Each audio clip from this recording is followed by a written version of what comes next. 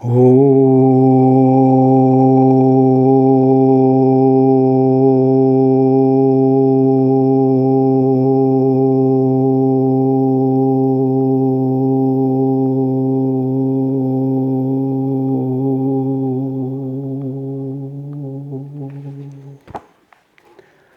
श्री निरंकार का संक्षिप्त परिचय।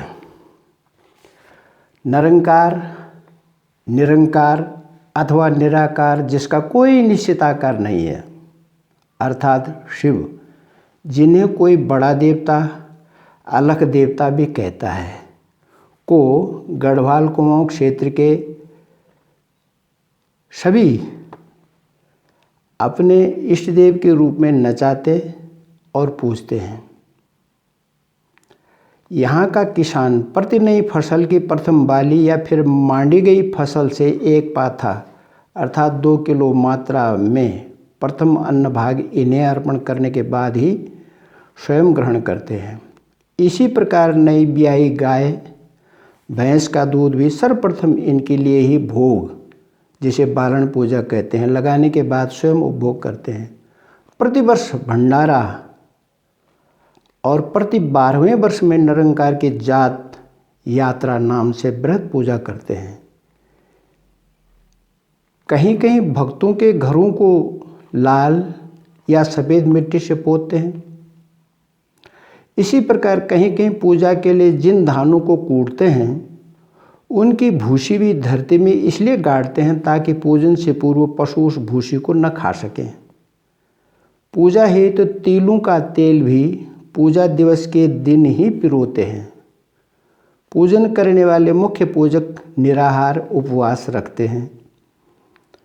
पूजा में पैया अर्थात पद्म वृक्ष को विष्णु वृक्ष के रूप में पूजा जाता है, जिसे स्थानीय भाषा में पैया न्योतना विष्णु वृक्ष को निमंत्रण कहते हैं। इस वृक्ष को निमंत्रण अर्थात विष्णु को निमंत्रित करते हैं, इसीलिए इस वृक्ष के तले विष्णु पूजा होती है।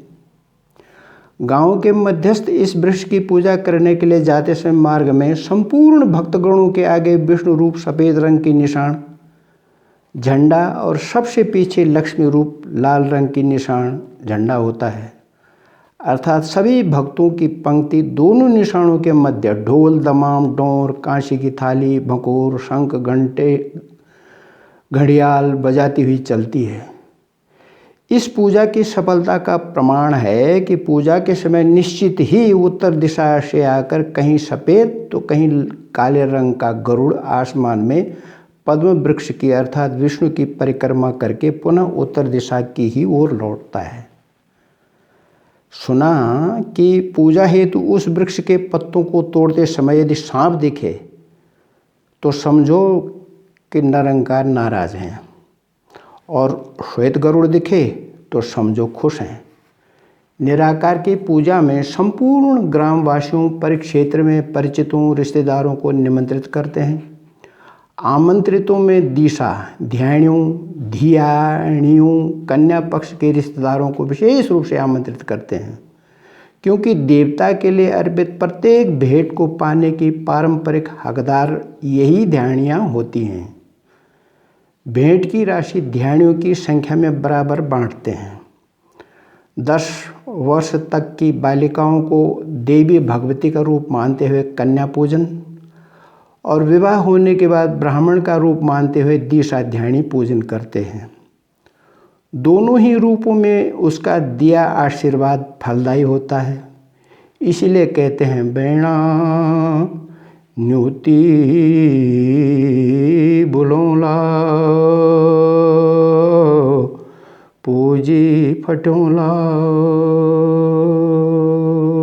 अर्थात बहन, शुभ अवसरों पर हम आपको आदरपूर्वक आमंत्रित करेंगे, पूज कर भेजेंगे। अंतरिक्ष में विलीन तरंगिणी प्रायः सुप्तात्माओं, शक्तियों को जागृत कराने वाले या संबंधित आत्माओं के गुणगानकर्ता को जगरी या धामी भी कहते हैं। वह कहीं डमरू और कहीं हुड़का बजाते हुए उसकी धुन के साथ स्वयं जागरण गीतों को गा गा कर वांछित शक्तियों आत्माओं से प्रत्यक्ष नृत्य करवाकर प्रश्नोत्तर संवाद भी करवाता है। डोर को दाईं तरफ लकड़ी के एक अंठले डंडे से और बाईं ओर मात्र हाथ की थाप से बजाते हैं। हुड़के को मात्र हाथ की थाप से ही बजाते हैं।